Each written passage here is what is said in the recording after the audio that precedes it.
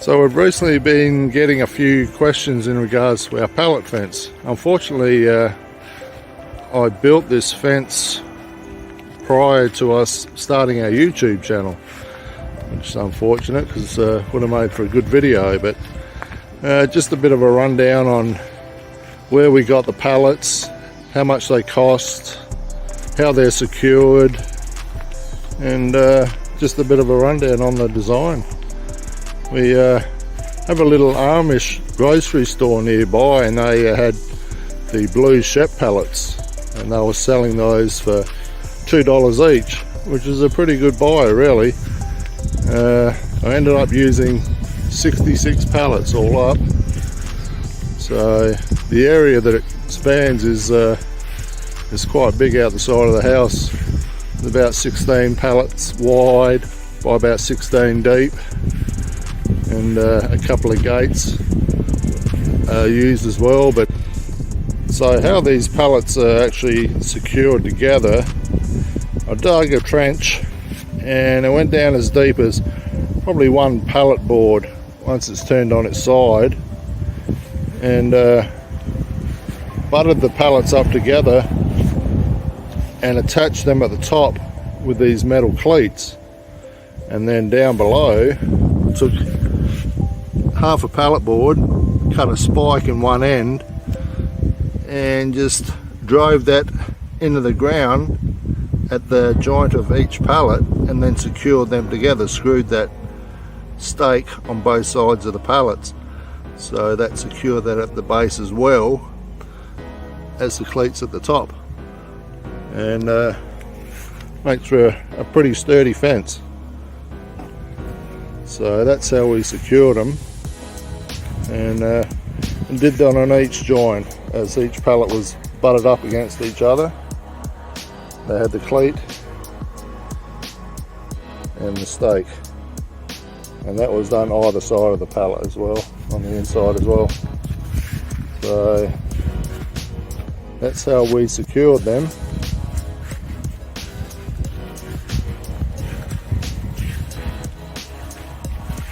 Makes for a pretty cheap fence when you think about it, and $2 a piece. Some places you can get them for free, for sure, but we don't mind supporting our local companies here, so they ended up getting our money. We're pretty happy with how it turned out in the end.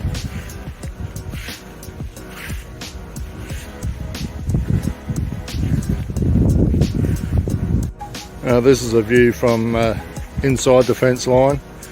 We just use pallets to make a side gate here. You can see the stakes are used on the inside of the pallet, as I mentioned earlier. It ties them all in with the metal cleats at the top. The beauty of the inside of the pallets too is gives you little garden beds. Susie just plants a few little flowers here and there, and she does a lot of our vegetables as we get further around the fence line. But got another little seating area out here where we did some landscaping earlier.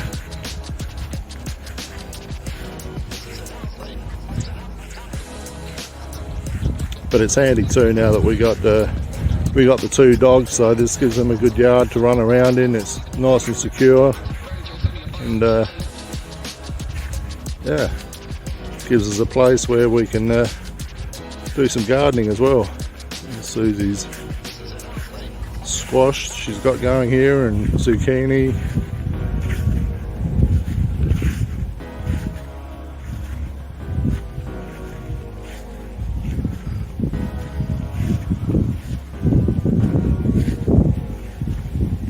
Get to make some good use of the yard now. It was just a big open space, and we didn't really use it, so it's nice to have this area now, and we can enjoy the backyards with the dogs. So that's a quick rundown on our fence line and what we got going out here.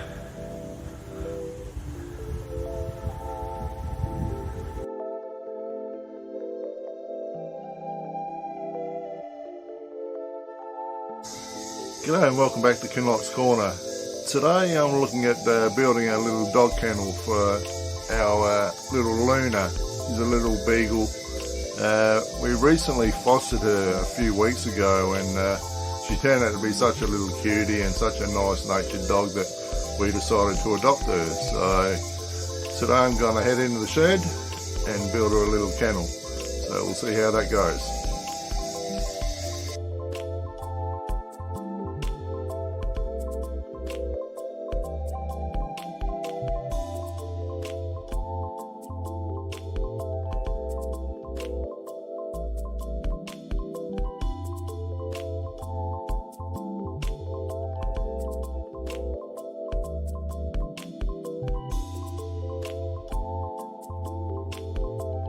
Is that the roof you're cutting there? That's actually the base.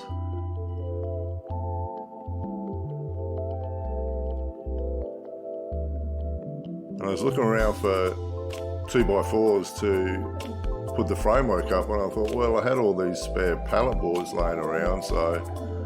I've even seen them take pallet boards and make 4x4s out of them. Yeah, you can with the bigger ones for sure. These worked out well for the framework here, so... Again, I love having that nail gun. It's been really good with these projects.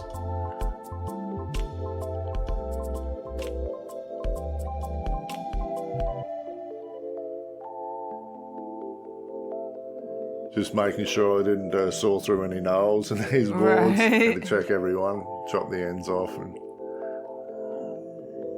it'd be cool to find a little project, something we can do with all those little cut-offs at the end, offcuts. Right.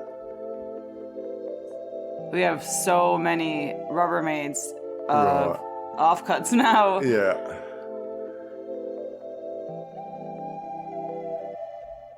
A lot of it's handy too for little fire starters and that out the back there in the fire pit. Especially if it's not treated, for sure. Yeah.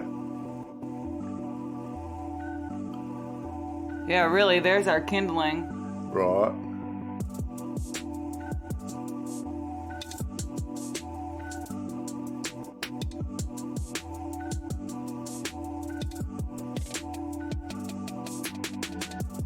So this was already stained? What was this from? Yeah, this is out of the bedroom. Remember we had the little bench set up around the cupboards in there originally? Right. And when we took that out and changed the bedroom around. I love that too, because when we took it out, we were like, this is going to come in handy for something down the road. For sure. So fun doing demo, and then you find like exactly right. wood that's usable. Yeah, and the remainder of what we had left over from that bench was actually used on the roof, so it worked out really well. Oh, cool. Yeah.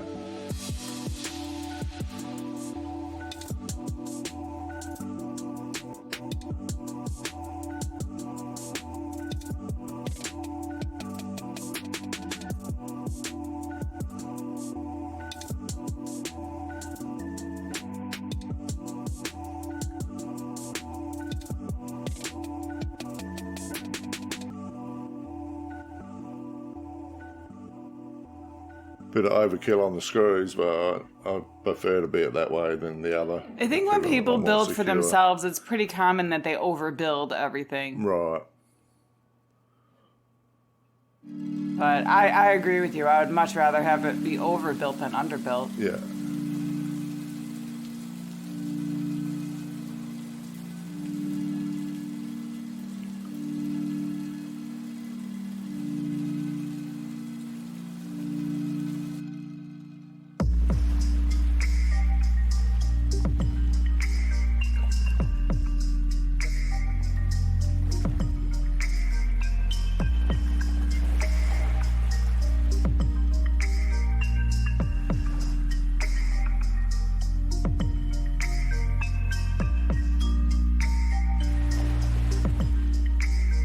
Cut the top of these upright frames at a bit of an angle so the roof has a slope to it, so when it's fitted against the wall there it falls away from the wall. Yeah, that's smart. You can't really see that. Oh, you can now as you laid it on its side. Right. That's smart too. I know it's going to be under a canopy, but a little bit of water is still going to get to it, you know. Right.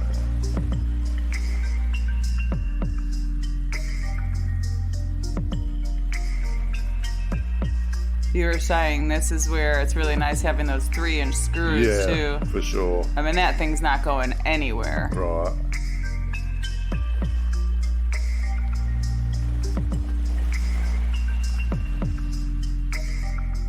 More leftover material. Yeah, what was that leftover from again? With the Adirondack chairs. Oh, right. Leftover stuff that I originally pre-stained. That's nice. Never throw your scrap away.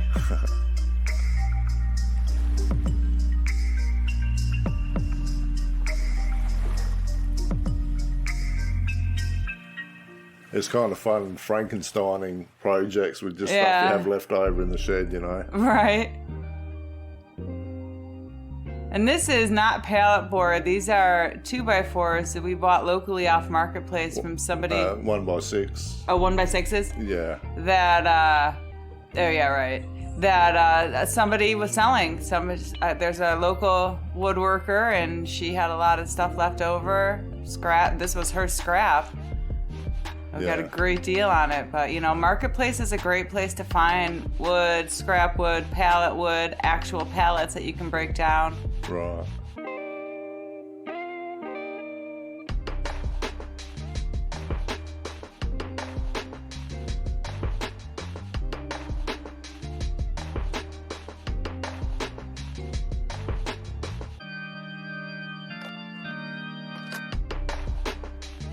And this was left over. This was originally from Jazz's kennel. These offcuts here where I'm making the framework for the doorway. Did we buy that trim specifically for her kennel, or I think we had it left over from something else before that even, right? Yeah, it was just laying around in the shed. Yeah. So I originally built it for Jazz's kennel, but it ended up being a bit small. So I built bigger ones for her kennel, and this is just leftover stuff that works out well for Luna because she's a fair bit smaller than Jazz, so this entrance is going to work out for her perfectly. So again, just leftover material.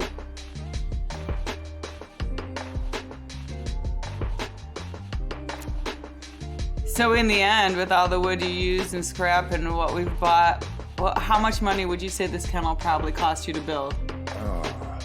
$5? Yeah, well, and that's the thing. Like I said, most of it was leftover stuff that was already in the shed. Apart from it those couldn't be more than 10 bucks, right? No. It's even with what we bought the new wood for. Right.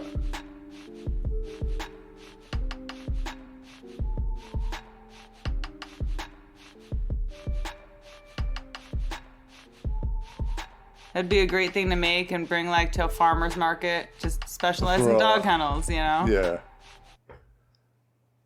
Although we don't call those kennels. Do you call those kennels in Australia? Yeah. Doghouse, kennel, yeah. Because a kennel would be a bigger area to run around. We would consider a kennel here, yeah. Yeah.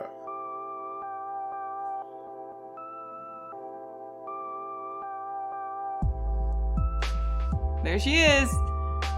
Excited about her house. Is it done yet? Is it done yet?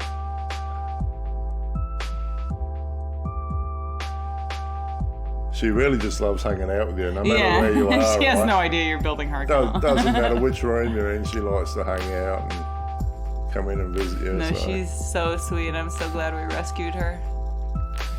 She's come a long way too. She was so timid and she was really petrified at the start. She'd just hide in the corner, shivering. You can imagine though, being a dog living in a hoarder house. I mean, it really was like each man for himself, I'm sure. Right.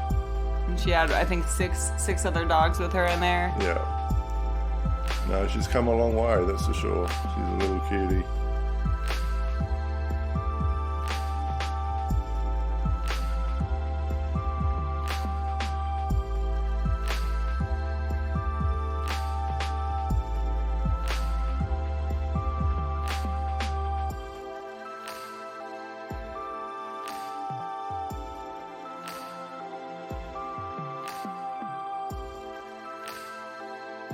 Originally I was going to use the pallet boards to the roof, and then I happened to peer over at the side and thought, well, I've still got this panel left over from our bench, so and it fit perfectly. I didn't even have to cut the thing. Because you know water would have gotten through those pallet boards. Yeah, I was planning on lining it initially, but then I thought, well, let's just put this board on here. Yeah, I like it.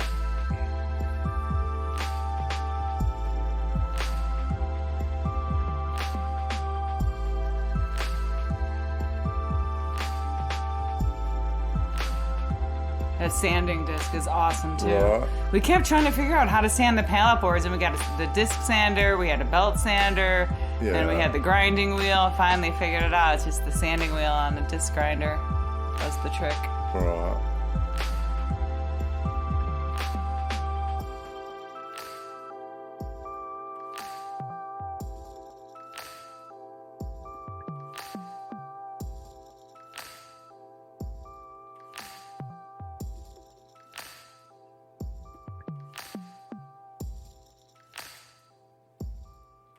So crazy. As soon as you put stain on, you know, it looks a little bit like patchworky, and then as soon as you put that on, it brings the whole thing together. Yeah, brings it to life for sure.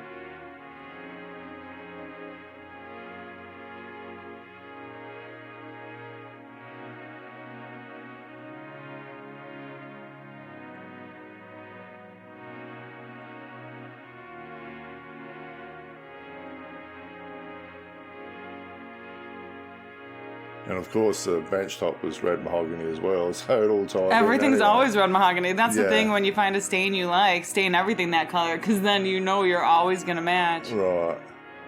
I gave it another coat quickly. I figure why not.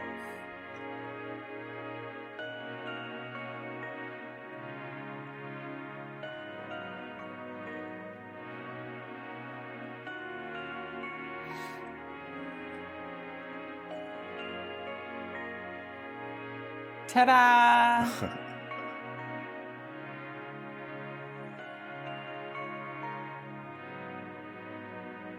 I get some padding in there too. Yeah. Still have to do that. I was going to stain the inside as well, but I figure, I don't know. Part of me likes it just that raw wood too, because once we pad it, the whole bottom's going to be covered. So. Right. She's going to appreciate that you put her name on it. Now she can learn how to write it all by herself. Right.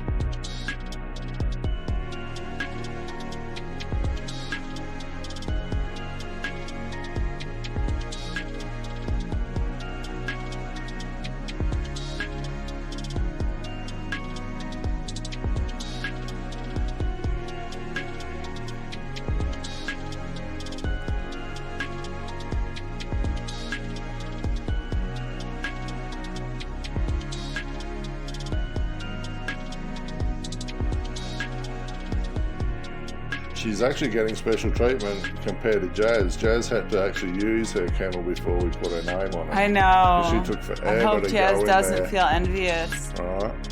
Unequal treatment. That looks awesome. You really did a great job, especially considering the materials you used and the cost. And Right.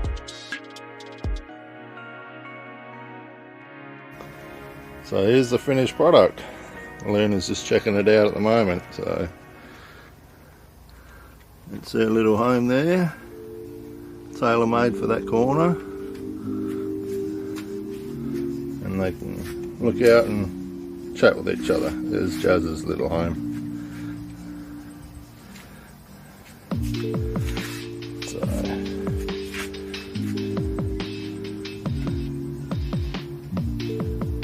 he's checking it all out at the moment, so that's good. Got somewhere nice and cozy to sleep. thanks so much for watching. Hope you got something out of that. We hope to see you next time. Bye for now.